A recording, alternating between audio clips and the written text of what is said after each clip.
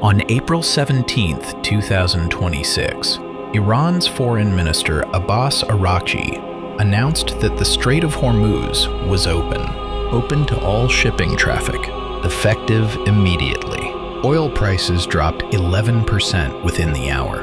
Markets celebrated. Trump posted on Truth Social, "The Strait of Hormuz is completely open. All clear.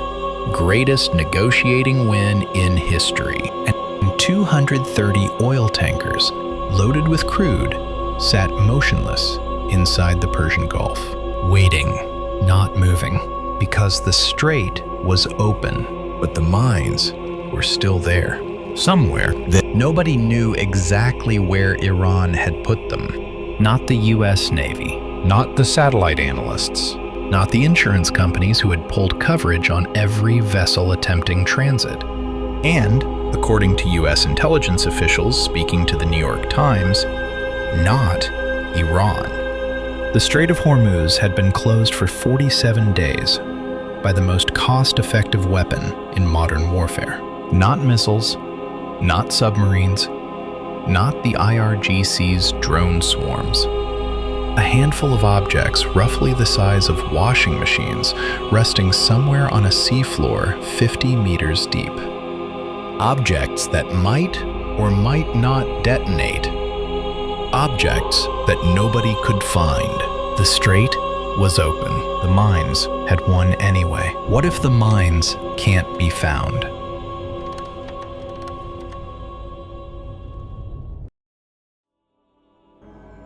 Before you understand what is happening in the Strait of Hormuz right now, you need to understand what a mine actually is, not the weapon.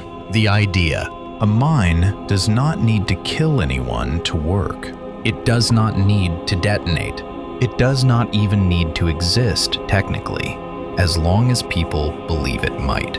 The naval strategist's term for this is threat presence. The retired Romanian naval officer Alexandru Hudisteanu explained it precisely.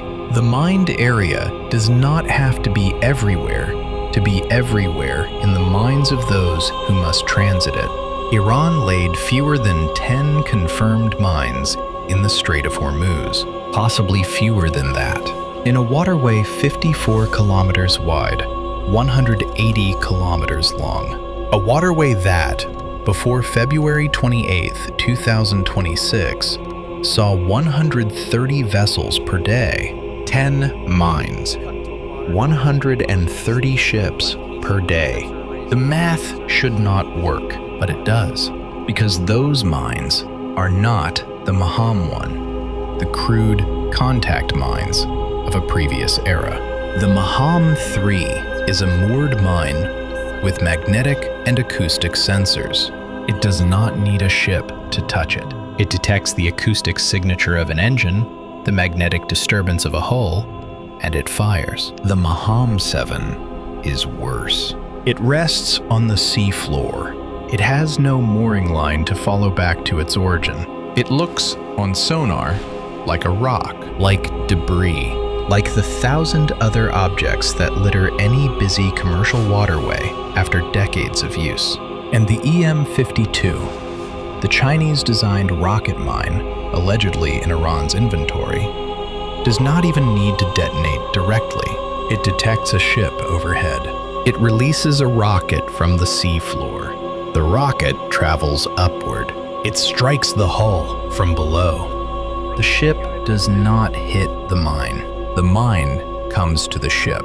There are fewer than 10 of these objects somewhere in the Strait of Hormuz. The US Navy has deployed guided missile destroyers, MH-60S helicopters, with ALMDS laser systems, AQS-20C sonar cylinders, Seafox expendable neutralizer drones, and, this is real, trained US Navy dolphins to find them. As of today, the strait is officially open. As of today, 230 tankers are still waiting. The gap between those two facts is 54 kilometers wide and 50 meters deep. And Lieutenant Commander Sara Okafor is somewhere inside it. Your name is Lieutenant Commander Sara Okafor. You are a U.S. Navy Explosive Ordnance Disposal Officer. You have cleared mines in the Persian Gulf before, in training exercises, in simulations, in the clear, controlled waters off the coast of Virginia, where the bottom is sandy and the visibility is good, and nobody is watching you from the northern shore with shore-based missile batteries. This is not Virginia. This is the Strait of Hormuz. Day 6 of Operation Epic Fury Mine Clearance. You are in the Combat Operations Center of USS Frank E. Peterson, watching feeds from 3 knife fish UUVs working the eastern shipping lane. The feeds are sonar, green and gray and black. Objects appear as bright returns against the seafloor. Most of them are nothing, rocks, debris, the accumulated detritus of 50 years of commercial shipping. Anchors that were cut loose in emergencies and never retrieved. Containers that fell from ships in rough weather. Cables, wires, pipe sections. Every one of them looks on sonar like it could be a mine. Every one of them requires evaluation. Your UUV operators have flagged 34 potential contacts in 6 days. 31 were confirmed benign. 1 was a confirmed Maham 3, neutralized by Seafox on day 4. 2 are still pending, still sitting on the seafloor, still waiting for a second pass sonar run that the current sea state has been delaying for 18 hours. On your screen, the AIS data, the automatic identification system that tracks vessel movements, shows the queue. 230 tankers inside the Gulf, waiting. Each one carrying an average of 2 million barrels, 460 million barrels of crude oil, sitting because of 2 objects on a seafloor that might be mines, might not be. You don't know. Iran doesn't know. Nobody knows. Your radio crackles. It is CENTCOM. They want an update for the press briefing. You look at your screen. You look at the 2 pending contacts. You look at the 230 tankers. You pick up the radio. You say, "Tell them we're making progress." Let me show you the economics, not the geopolitics. The economics. The Maham 3 mine costs, by most estimates, between $20,000 and $50,000 to manufacture. Call it $30,000. Iran laid fewer than 10. Total investment, under $300,000. On the other side, the U.S. Navy has deployed 2 Arleigh Burke-class guided missile destroyers to the strait. Each costs approximately $2 billion to build. Each costs approximately $700,000 per day to operate. 6 days of operations, $8.4 million for the destroyers alone. The MH-60S helicopters, additional. The knife fish UUV, $8 million per unit. The Seafox neutralizer drones, $100,000 each. Expendable, 1 per mine. The mine clearance operation cost, conservatively, $50 million and rising. On the other side again, 15 million barrels per day of Gulf crude stranded at $80 per barrel, $1.2 billion per day in stranded production. 47 days of closure, $56 billion in stranded crude. 230 tankers waiting, $460 million in cargo sitting idle. War risk insurance premiums increased from 0.125% to 0.4% of vessel value per transit, meaning a $100 million tanker now costs $400,000 extra to insure for a single passage. Qatar Energy declared force majeure on all LNG contracts. Kuwait, Iraq, Saudi Arabia, UAE collectively lost $10 10 million barrels per day of production capacity. Not because they couldn't pump it, but because they couldn't ship it. European gas storage, already at 30% capacity after a harsh winter, faces a summer supply crisis. Vietnam, Pakistan, Bangladesh, severe fuel shortages. Spirit Airlines, facing liquidation because jet fuel prices spiked. All of this from fewer than 10 objects, costing under $300,000. The International Energy Agency called it the greatest global energy security challenge in history. The weapon that caused it is cheaper than a luxury car, and some of them still haven't been found. You need to understand the specific horror of what Iran did. Not tactically, logistically. According to US intelligence officials, Iran laid its mines using IRGC small boats operating at night, in a waterway they have patrolled for decades. The mining was, according to reports, random, disorganized. Not in the sense of incompetent, in the sense of deliberate ambiguity. If you lay mines in a precise pattern, that pattern can be mapped. The pattern can be shared with adversaries through diplomatic back channels as a bargaining chip. Here are the coordinates. We will give you the locations in exchange for X. If you lay mines randomly, if the people laying them are different crews, operating independently without centralized record keeping, then no one has the full map. Not the IRGC commanders, not the Iranian Foreign Ministry when it tries to negotiate the strait's reopening, not the diplomats in Islamabad who watched the peace talks collapse on April 12th. The weapon becomes autonomous. It removes Iran from the equation. The strait cannot be fully reopened by a phone call, or a treaty, or a Truth Social post.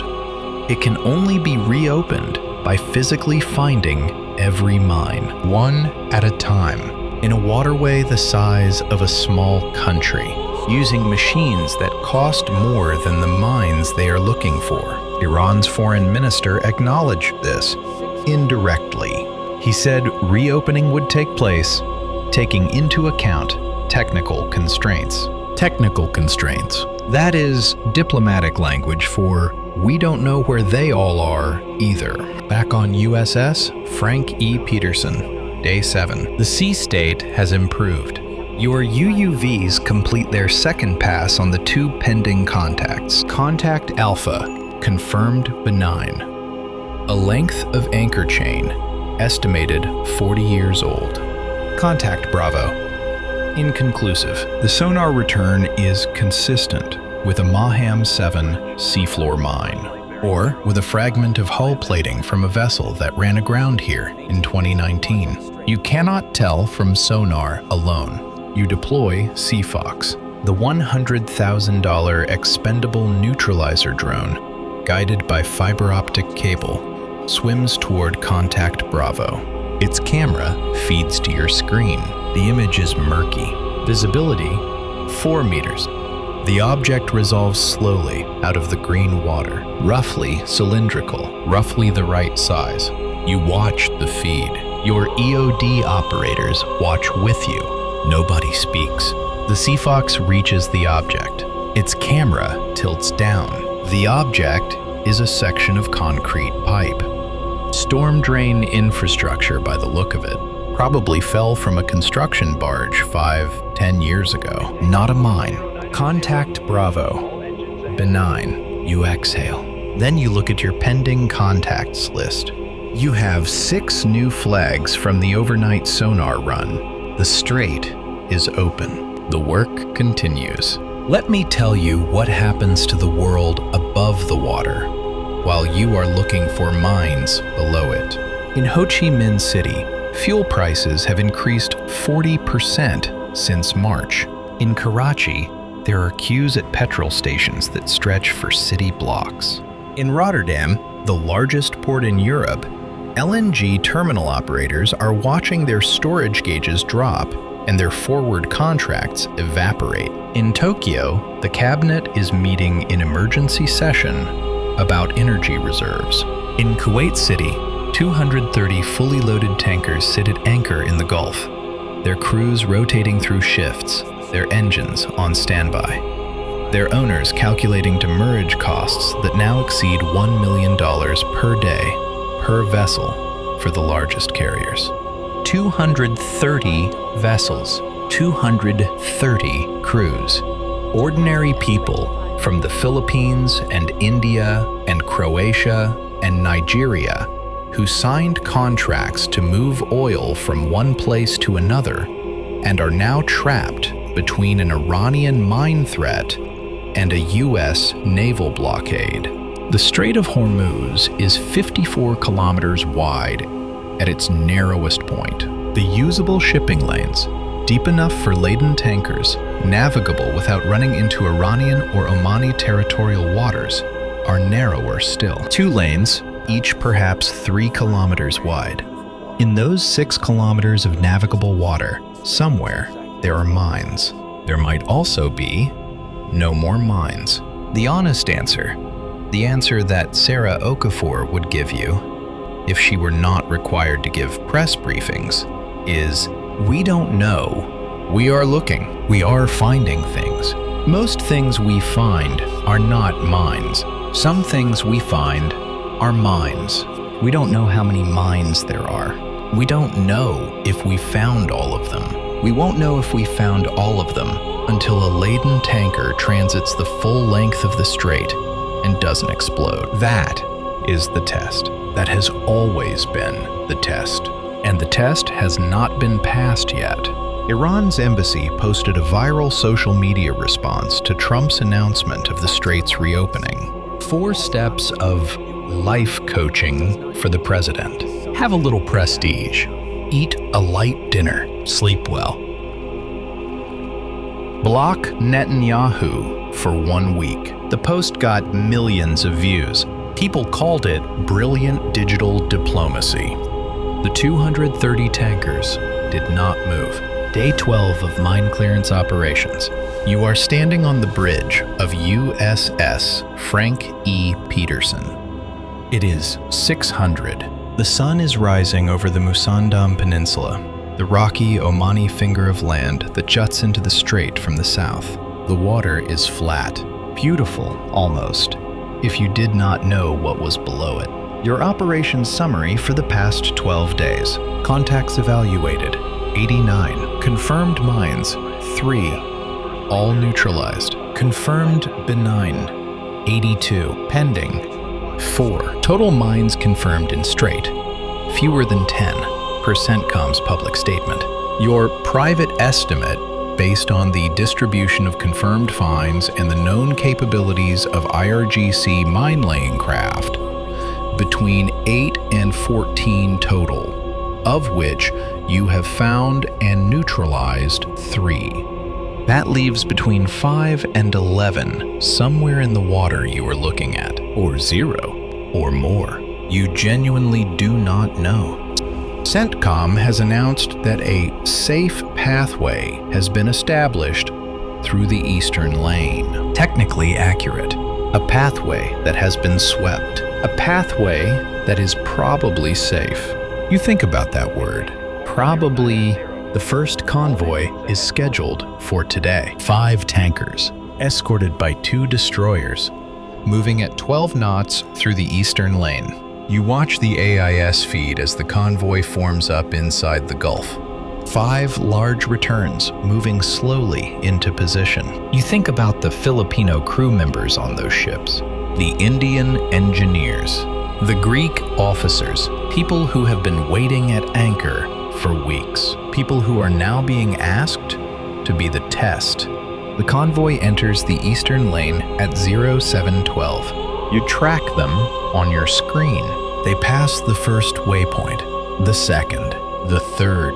No detonations, no anomalies, no alerts. The convoy exits the strait into the Gulf of Oman at 10:34. 5 tankers, all 5 intact. You allow yourself 1 moment, Then you look at the 225 tankers still waiting. Then you look at your pending contacts list. Then you pick up your coffee, which has been cold for 2 hours. You drink it anyway. The strait is open. Probably. The work continues. The Strait of Hormuz is open. Iran said so. Trump said so. The foreign minister said so. The markets said so. Briefly, before remembering that saying and being are different things. The mines did not say anything. They never do.